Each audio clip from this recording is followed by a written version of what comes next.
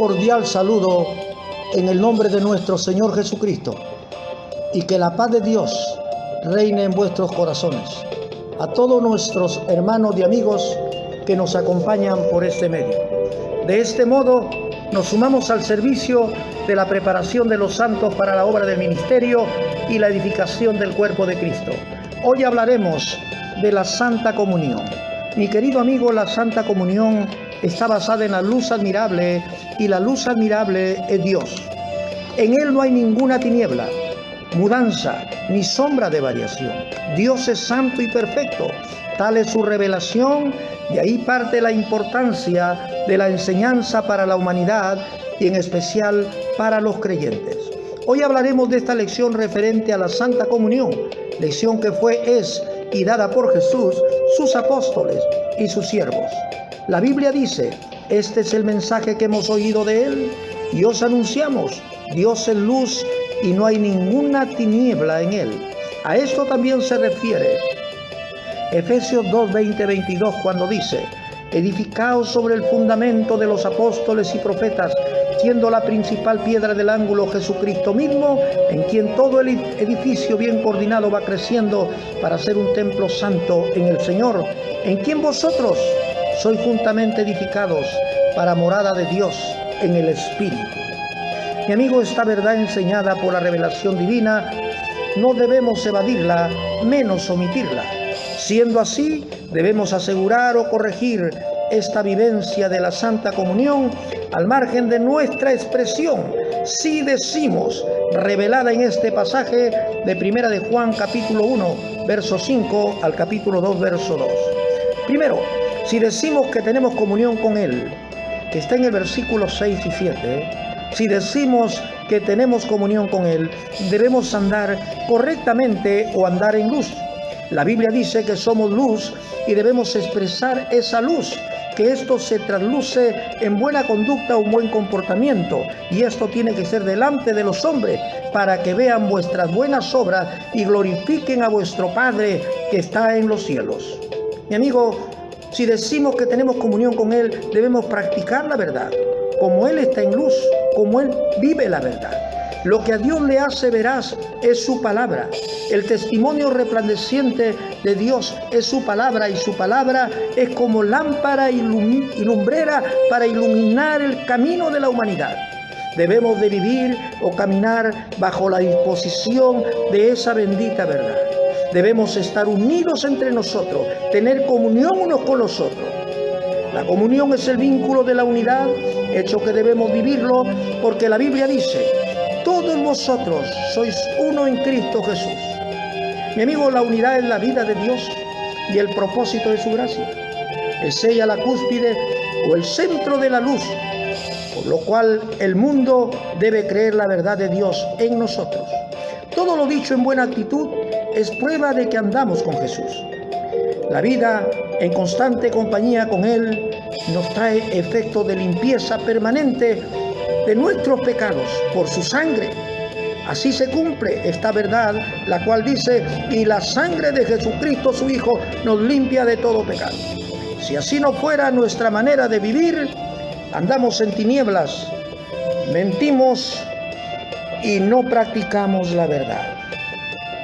Si decimos que no tenemos pecado, versículo 8 al versículo 9, si decimos que no tenemos pecado, estamos falseando la verdad. Nadie que camine en la luz revelada por Dios puede dejar de reconocer su pecado o su infracción para con Dios y su prójimo. El Espíritu Santo hace una obra maravillosa en nosotros. Él nos llevará siempre a la convicción de nuestros pecados, para luego reconocer y recordar que no debemos de vivir sumergidos o naufragando en el lodo cenagoso del pecado. La Biblia dice que el Espíritu Santo convencerá al mundo de pecado. También dice: airaos, pero no pequéis. No se ponga el sol sobre vuestro enojo. No contristéis al Espíritu de Dios. Si alguno hemos pecado, mi amigo, debemos salir inmediatamente del mismo. Para eso está escrito: si confesamos nuestros pecados, Él es fiel y justo para perdonar nuestros pecados y limpiarnos de toda maldad. 3. Si decimos que no hemos pecado, está en el versículo 10. Si decimos que no hemos pecado, le hacemos a Él mentiroso. Estamos culpando a Dios. El hombre sin Cristo debe reconocer su condición adámica, su origen de pecado. Por eso Romanos 5:12 dice: por tanto, como el pecado entró en el mundo por un hombre, y por el pecado la muerte, así la muerte pasó a todos los hombres, por cuanto todos pecaron. Y por cuanto todos pecaron, están destituidos de la gloria de Dios. El hombre con Cristo debe saber que su perfección se va dando a través del tiempo y debe reconocer su pecado de imperfección, hecho que no debe ser una práctica constante, sino un accidente. Todo aquel que es nacido de Dios no practica el pecado, porque la simiente de Dios permanece en él y no puede pecar porque es nacido de Dios. Mi amigo, esto no es perfeccionismo, porque si no, de otra manera habría contradicción, según 1 de Juan 1:8-9. Juan no dice que los cristianos sean incapaces de no cometer un acto pecaminoso ocasional, sino no diría lo que dice 1 de Juan 1:8-10 y 2:1. Ahí dice: si confesamos nuestros pecados, Él es fiel y justo para perdonar nuestros pecados y limpiarnos de toda maldad. Si alguno hubiere pecado, abogado tenemos para con el Padre, a Jesucristo el justo. Si los cristianos, hermanos, por nuestra imperfección todavía faltaríamos, no habrían estos pasajes. Pero estos pasajes están cuando el cristiano, por alguna situación, alguna circunstancia que no está a su alcance, quebrantó y falló a su Señor. Para eso están estos pasajes, para volverse a su Señor. Porque lo que Juan dice es que los hijos de Dios no se caracterizan por una actitud, hermanos, de desprecio a la palabra de Dios.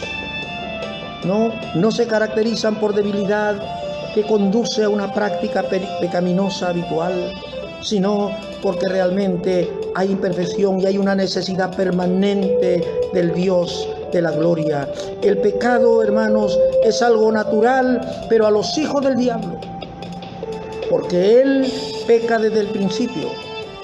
Pero ello no es natural para todo aquel que es nacido de Dios, quien no puede pecar sin que el Espíritu Santo le reconvenga o hacerlo sentir mal por su tristeza. La Biblia dice que el Espíritu Santo se entristece. Eso puede llegar a nuestro corazón para que nosotros reconozcamos también nuestra condición de pecado y nos pongamos a cuentas con Dios, o estemos a cuentas con Dios en cada tiempo y en cada momento. Entonces podríamos decir que hay una diferencia, hermanos míos, entre los hijos de Dios y los que no lo son.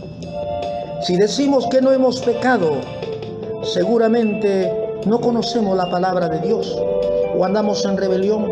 Su palabra no está en nosotros. La ignorancia a la palabra de Dios nos hace hablar cualquier cosa y andar como se nos venga en gana.